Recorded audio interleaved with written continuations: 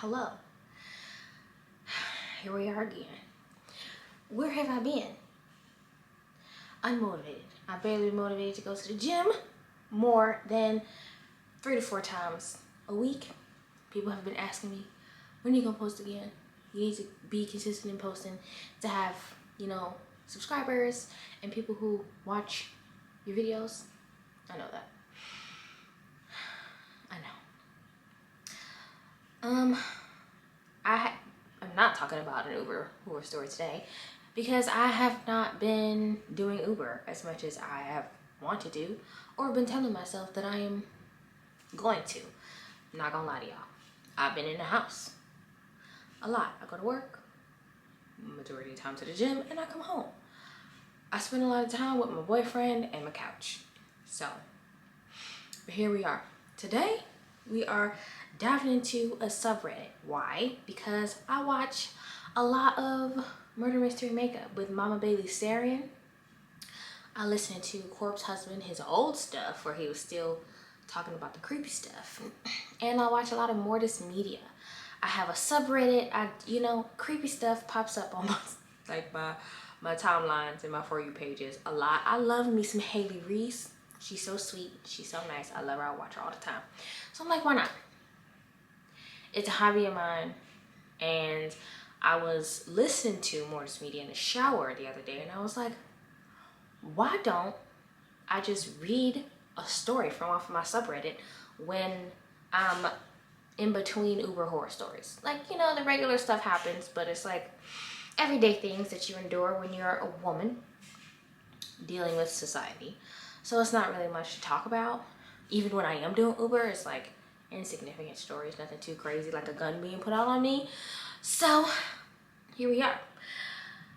Now that that is out of the way, hello, my name is Danielle, and today we are diving into my subreddit. So grab a blanket, grab some tea, maybe cut on a light, and then the words of Mama Haley Reese, and let's dive deep into my subreddit. I have my phone here. I already have it pulled up because I have already read it, And the title reads, "My wife has been missing for 15 years until she called my phone out of the blue." I don't like to talk about what happened 15 years ago. I don't even like to think about the fact that on January 7th, 2008, Sarah Collins, beloved member of the community, left home to run an errand and was then never seen again. It was a huge case back then. Everyone seemed to want to know what happened to her, but no one was more desperate for answers than I was. Sarah and I had been married for 5 years. I knew as soon as I met her that I wanted to spend the rest of my life with her. She had one of those smiles that just lit up a room. That's why it was so hard to believe that such a beautiful, successful woman had seemingly disappeared. They hadn't even recovered her body 15 years later, and they still didn't have a shred of evidence. Not a tire track or even a fingerprint. Nothing. The police put out an appeal, but no one came forward. Somehow, not a single person had seen her. It was like she just up and vanished without a trace. Now, when I originally read the story, I was like, well, maybe she got abducted by aliens. Maybe, somebody kidnapped her and they held her in the basement somewhere. Just my mind. But we're gonna get there. I think about Sarah a lot. I could never quite bring myself to take down the photos of her from around the house. Sarah's bright face still smiles down at me from every room. There's one photo of her from our wedding day that I really love. Looking at this is like looking straight at her.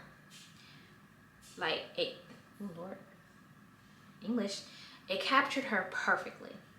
2 days ago, I found myself staring at it, really getting lost in the details. Her eyes, the way the corners of her mouth were lifted into a smile, the small dimple on her left cheek. I was looking at it so intently that I almost didn't notice the phone ringing. It was a landline phone, which was odd, as no one ever called me on a landline anymore. It was all mobiles nowadays. When I looked at the caller ID, it was an unknown number. I shrugged and picked it up anyway. It was probably just the bank calling to confirm something. The call took a moment to connect, but when it did, I heard a strange rustling sound on the other end of the line. Hello? I wasn't in the mood for any prank callers. Is anyone there? Hello? Daniel? Daniel, thank goodness I finally reached you. The voice on the other end of the line was a woman's voice, shaking and breathless. Daniel, it's me. It's Sarah. Are you there? When I heard her name, it was like my heart had stopped beating for a moment. Sarah? My Sarah? But that was impossible. Sarah had gone missing 15 years ago. Whoever this was, it was not my wife. I don't know who you are, but you're not Sarah.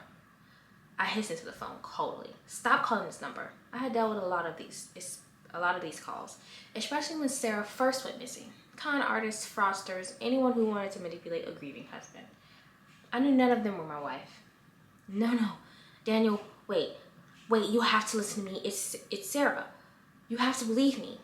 She was sounding shrill and desperate now, even a little hysterical. The lengths that people go to in order to sell a lie is astonishing. Why are you doing this? I asked angrily. It's been 15 years since my wife disappeared. What do you want from me? For a moment, the woman on the other end of the line didn't respond. I was beginning to think that the call had disconnected when she finally spoke. Daniel, please, it's me. It's your wife, Sarah, the woman begged. I'm telling the truth, it's me. She continued to plead, but I'd had enough. I wasn't going to listen to this liar anymore. Don't call this number again, I firmly told her, hanging up. I thought that would be it. She wouldn't be likely to call me again. I assumed it was all over. The next day, I had asked a friend to help me repair my plumbing system. He was a good friend. I'd known him since college. He had been there for me when Sarah disappeared, getting me through it. We were both taking a break, catching up on the important events in each other's lives, when my landline phone began to ring again. Sorry, I have to take this. It might be important, I said, getting up from my seat and making my way to the phone. I noticed that the call was coming from an unknown number, just as it had the day before. I didn't make a connection right away. After all, it could have just been the bank this time around. I picked up the phone and I heard the same rustling sound. It was unsettling in a strange way. I almost felt like I had heard it before. I just couldn't put my finger on it. Hello? I was already beginning to get a good idea of what this call was, and I wasn't happy about it. I told you not to call this number. Daniel? Daniel, thank goodness I finally reached you. The very same words that she had said the day before. Daniel, it's me. It's Sarah. Are you there? It was undoubtedly the same woman. I don't have time for this, I hissed into the phone. I know you're not Sarah. Stop calling me. I hung up the phone and walked back to my friend, who looked confused. Who was that? He asked. I heard you saying Sarah's name. Is everything okay? It was some prank caller trying to pretend to be Sarah, I told him, rolling my eyes. I thought that I had left it all behind. I even changed my phone number. I don't know how this woman got a hold of my new one. Pretending to be Sarah, my friend echoed. That's really strange. Did you tell anyone about it, like the police? No, I shook my head. There's no need. It's just someone trying to cause a bit of drama.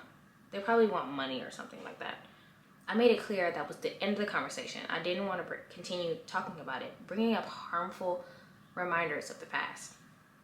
I woke up the next day, not expecting to get any more calls from the unknown number. I made it very clear that I wouldn't be participating in her charade.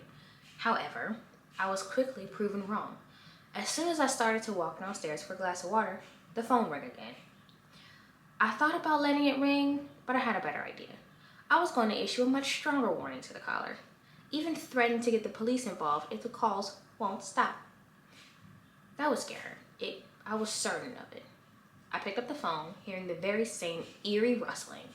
I couldn't explain it, but it made a shiver run up my spine. Finally, the call connected. It was just the same as the other times. The same pathetic monologue. Daniel? Daniel, thank goodness I finally reached you. Maybe it was even a recorded message. Daniel, it's me. It's Sarah. Are you there? If you don't stop calling this number, I'll have no choice but to involve the police, I told the caller. This is harassment. If you want money, try conning someone else. Before I could even give the woman on the other line a chance to answer, I hung up the call. Hopefully this would show her that she wouldn't be manipulating me. I could see right through her elaborate scam. I was sure that my warning would stop the calls coming in. I was so sure of myself that when I was woken by a loud, persistent ringing sound the next morning, I didn't even think to connect it to the unknown number calls. I first assumed it was my alarm, waking me up, but when I turned to look, I saw that the alarm hadn't gone off yet. That was when I reached the conclusion that it was the landline phone. I rushed down the stairs, wanting to tell the caller that I would be taking police action, wanting to catch out the desperate scammer. Fortunately, I got there in time and picked up the phone. Holding it to my ear, I heard that creepy rustling that I had become familiar with. It still made my heart beat faster for the few seconds until the phone call connected. Daniel, thank goodness I finally reached you. The usual message of hysteria came through the phone. I was well used to hearing it by now. Daniel, it's me. It's Sarah. Are you there? I gave you a warning. I said that if you called again, I would be taking legal action. I spoke into the phone loudly so that whoever was on the other side would be sure to hear me. You've gone too far now. I have to do something about this. I waited for the woman to respond. Daniel? No, it's me. I'm not lying to you. I would never lie to you, Daniel. It's me, Sarah, your wife. It's me. I can't stand the high-pitched whine of her voice. You're not Sarah, I told her bitterly. I know you're not Sarah. I'll be taking action. Goodbye. I hung up the call for the final time and placed the phone back. I know that woman wasn't Sarah. I know for a fact she wasn't Sarah. I know it because on January 7th, 2008, Sarah Collins, beloved member of the community, was killed. And I was the one who killed her.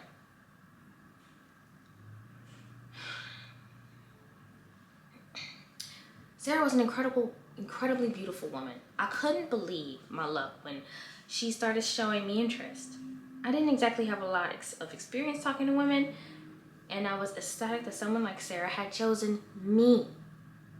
Someone like me. I loved her. For every single second of our marriage, I loved her. Even when I found out that she was cheating on me. I had accidentally stumbled across a string of romantic messages between Sarah and one of her coworkers. She was planning to leave me for him. Sarah, my Sarah, was planning to leave me for him. I couldn't have that. She was so beautiful, so bright, so full of life. I couldn't lose her. I just couldn't lose her. So I killed her. I didn't have to think about it for long.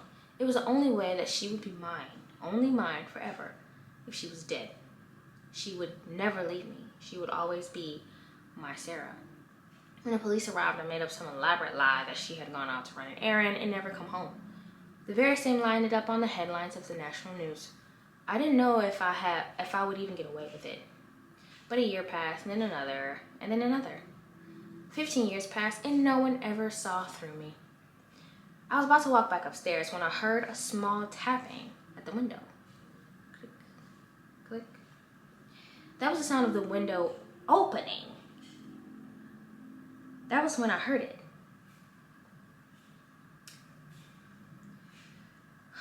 Rustling. Right here in my own house. Rustling that paralyzed me with fear and sent my mind into a state of panic. Then I heard her. Daniel, thank goodness I finally reached you. The voice was coming from inside the house. Daniel, it's me. It's Sarah. Are you there?